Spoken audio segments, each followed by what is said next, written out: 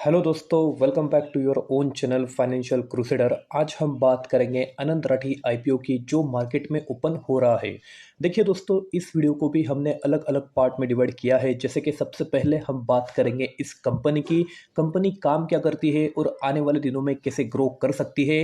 Financial की हम जानकारी आपके साथ डिस्कस करेंगे, इसी के साथ पेयर कंपैरिजन की हम बात करेंगे, आईपीओ डिटेल्स और टेंटेटिव डेट में आपके साथ डिस्कस करूंगा। और सबसे इंपॉर्टेंट जो मेरा ओपिनियन है, जो मैं हमेशा आपके साथ शेयर करता हूं, क्या आपको इस आईपीओ में निवेश करना चाहिए या नहीं, तो इस पर हम डिस्कशन करेंगे। तो जो भी लोग चैनल पे नए हैं, फटाफट चैनल को सब्सक्राइब करना बिल्कुल ना भूले, ताकि आने वाले दिनों में जो भी लेटेस्ट अपडेट आती है वो अब तक आसानी से पहुंच सके।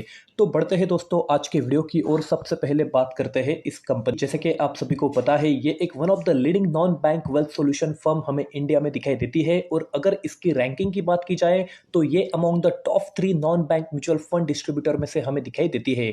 इसी के साथ अगर इनके प्रोडक्ट पोर्टफोलियो की हम बात करते हैं तो वेल्थ सॉल्यूशन हो, फाइनेंशियल प्रोडक्ट हो, डिस्ट्रीब्यूशन हो और technology solution to its client, ये सारे प्रोडक्ट हमें इस कंपनी से बिलोंग करते हुए दिखाई देते हैं। तो कंपनी का बिजनेस काफी शानदार है दोस्तों। अगर हम एज ऑफ 31 अगस्त 2021 की बात करते हैं तो इस कंपनी के एयूएम मतलब एसेट अंडर मैनेजमेंट लगभग हमें 30,000 करोड़ के दिखाई देते हैं। इसी के साथ अगर बात करते हैं दोस्तों इनके क्लाइंट की, तो लगभग 50% जो इनके क्लाइंट है has been associated with them for over 3 years, मतलब 3 साल से ज्यादा ये क्लाइंट इनके साथ यहाँ पर एसोसिएटेड रहते हैं। इसी के साथ अगर बात करते हैं इनके एक्टिव क्लाइंट्स की, तो लगभग 6,500 के करीब हमें दिखाई देते हैं। इसी के साथ अगर हम इनके प्रेजेंस की बात करते हैं इंडिया में, तो मुंबई, बेंगलुरु, दिल्ली, गुरुग्राम, पुणे, चेन्नई, कोलकाता जैसे काफी यहाँ पर मेट्रो सिटीज में इनका प्रेजेंस हमें दिखाई देते हैं।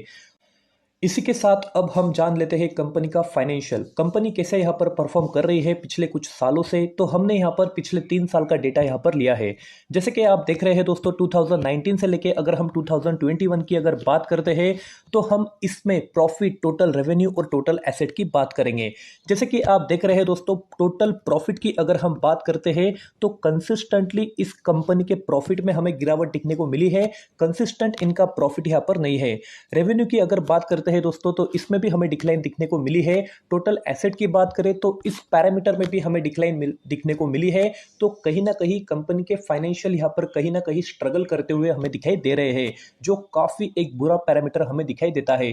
पर कंपनी का मानना है दोस्तों, जो कोविड था उसी की वजह से इस पैरामीटर में हमें गिरावट दिखने को मिली है और आने वाले दिनों में कंपनी अच्छा खासा रिकवर कर सकती है। तो हमें एक्सपेक्टेशन है आने वाले दिनों में कंपनी अच्छा ग्रो कर सकती है। पर अगर हम पैरामीटर की बात करें, हिस्ट्री की बात करें, तो कंपनी का फाइनेंशियल परफॉर्मेंस हमें अच्छा दिखाई नहीं देता है। बात करते हैं दोस्तों नेक्स्ट पैरामीटर की, जो है पीयर कंपैरिजन। जो भी कुछ इनके पीयर्स है दोस्तों, जैसे आईआईएफएल वेल्थ की अगर बात करूं, इडेलविस की अगर बात करूं, तो ये काफी बड़े प्लेयर्स हमें दिखाई देते हैं। और इसी के साथ अगर मैं अनंत राठी की बात करूं, जो अमॉन्ग द टॉप 3 हमें दिखाई देता है, तो अगर हम रेवेन्यू की बात करते हैं तो इसमें थर्ड कैटेगरी में हमें आता हुआ ये दिखाई देता है। पैट की अगर बात करें तो ये भी हमें कहीं ना कहीं फोर्थ रैंकिंग पे आता हुआ दिखाई देता है। और ईबीआई टीडीए की अगर बात करें तो इसी में भी हमें ये थर्ड रैंकिंग पे आता हुआ दिखाई देता है। पैट मार्जिन की अगर बात करें तो कहीं ना कहीं थर्ड या सेकंड रैंकिंग पे हमें आता हुआ ये दिखाई देता है।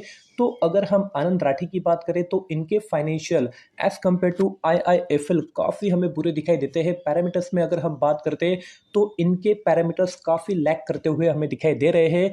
तो कहीं ना कहीं ये कंपनी आने वाले दिनों में ग्रो कर सकती है। पर अगर हम अभी की मतलब प्रेजेंट की अगर बात करते हैं तो कंपनी अभी भी स्ट्रगलिंग कंपनी हमें दिखाई दे रही है। बात करते हैं दोस्तों नेक्स्ट पैरामीटर, जो है आईपीओ डिटेल्स।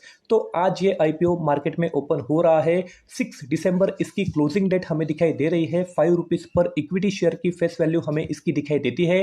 प्राइस बैंड की अगर बात करें तो 530 से लेकर 550 का पर शेयर प्राइस बैंड इन्होंने फिक्स किया है दोस्तों। 27 शेयर्स आपको एक लॉट में मिल जाएंगे। और आपको पता है रिटेल निवेशक यहाँ पर मैक्सिमम 2 लाख तक का निवेश यहाँ पर कर सकता है। बीएसई और एनएसई दोनों जगह इसकी लिस्टिंग हमें दिखाई दे सकती है। इशू साइज की बात करें दोस्तों तो 660 करोड़ का हमें इशू साइज दिखाई देता है, जो पूरा ऑफर फॉर सेल है दोस्तों। मतलब जो भी कुछ इनके प्रोमोटर है पूरी अपनी होल्डिंग यहाँ पर बेच रहे हैं। तो ये अच्छा संकेत नहीं है दोस्तों, इस पर भी आप अपनी नजर बनाए रख सकते हैं। रिटेल पोर्शन की बात करें तो 35% का रिटेल पोर्शन हमें दिखाई देता है, जो काफ़ी ज़्यादा है। मतलब आईपीओ लगने के चांसेस काफ़ी ज़्यादा है दोस्तों। बात करते हैं दोस्तों टाइमलाइन की, टेंटेटिव डेट की, तो आईपीओ ओपनिंग डेट 2 दिसंबर मतलब आज की हमें दिखाई देती है। क्लोजिंग डेट 6 दिसंबर दिखाई देती है। अलॉटमेंट की बात करें तो 9 दिसंबर को ये फाइनलाइज हो जाएगा। अगर आपको आईपीओ ना लगे तो 10 दिसंबर को इसका रिफंड आपको मिल जाएगा। क्रेडिट ऑफ डीमैट अकाउंट की अगर बात करें तो 13 दिसंबर को हमें दिखाई दे सकती है। और अगर लिस्टिंग डेट की बात करें तो 14 दिसंबर को इसकी लिस्टिंग इंडियन मार्केट में हो जाएगी। अब बात करते हैं दोस्तों सबसे इंपॉर्टेंट पॉइंट जो है दोस्तों मेरा ओपिनियन, क्या मैं इस आईपीओ में निवेश करूंगा। तो देखिए दोस्तों, सबसे पहले हम बात करते हैं इस आईपीओ के कुछ पैरामीटर की, इस कंपनी के कुछ पैरामीटर की। जैसे मैंने आपके साथ डिस्कस किया दोस्तों पीयर कंपैरिजन, और इसमें हमें कहीं ना कहीं आईआईएफएल वेल्थ मैनेजमेंट हमें लीड करता हुआ दिखाई दे रहा है। और कहीं ना कहीं इस कंपनी की अगर मैं बात करूं तो ये काफ़ी स्ट्रगलिंग हमें दिखाई दे रही है एज कंपेयर टू फाइनेंशियल। अगर हम रेवेन्यू की बात करें, ईबीआई टीडीए की बात करें, ऑपरेटिंग प्रॉफिट मार्जिन की बात करें, पैट की बात करें, तो सारे पैरामीटर्स में हमें आईआईएफएल वेल्थ मैनेजमेंट यहाँ पर लीड करते हुए दिखाई दे रही है। इसी के साथ अगर हम बात करते हैं अर्निंग पर शेयर की दोस्तों, तो लगभग 16 रुपीज़ का ये हमें दिखाई देता है। पर अगर इसके ग्रोथ की बात करूँ तो कहीं ना कहीं इसमें भी डिक्लाइन हमें दिखने को मिली है। तो ये भी एक अच्छा संकेत नहीं है दोस्तों। अगर हम बात करते हैं पीई की, तो कंपनी का पीई लगभग 50 के करीब हमें दिखाई देता है। और अगर हम बाकी लिस्टेड पेयर्स की बात करें तो इनके पी लगभग 34-35 के करीब दिखाई देते हैं।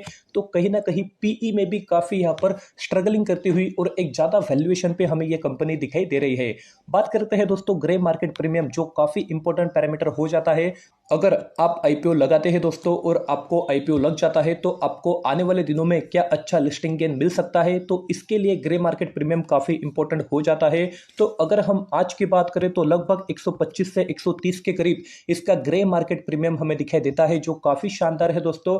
पर आप सभी को जैसे पता है दोस्तों, आने वाले दिनों में क्या कोविड की न्यू वेव यहाँ पर आ रही है, और इसी के चलते अगर मार्केट में करेक्शन दिखने को मिलते हैं, मार्केट यहाँ पर करेक्ट होता है, आने वाले दिनों में डाउन साइड दिखने को मिलती है, तो कहीं ना कहीं इस कंपनी के लिस्टिंग पे भी हमें बुरा अफेक्ट होता हुआ दिखाई दे सकता है। तो यही मैं आपको बताना चाहता हूं दोस्तों, अगर आप इसमें निवेश करते हैं तो आपके एनालिसिस, आपका रिसर्च और आपका एक रिस्क पोटेंशियल कैसा है, इसके ऊपर ध्यान रखते ही आप इसमें निवेश करें। अगर मेरी बात करूं दोस्तों तो मैं इस आईपीओ में निवेश नहीं करूंगा। तो ये मेरी एक जेन्युइन ओपिनियन है दोस्तों। आपको क्या लगता है, ये आपका ओपिनियन है। तो यही थी मेरी कंप्लीट एनालिसिस जो मैंने आपके साथ शेयर की। अगर वीडियो अच्छा लगे तो आपके दोस्तों के साथ शेयर करना बिल्कुल ना भूले। आशा करता हूं आप सभी ने चैनल को सब्सक्राइब कर दिया होगा। वीडियो के साथ बने रहने के लिए धन्यवाद। इसी के साथ आज का वीडियो समाप्त करते हैं।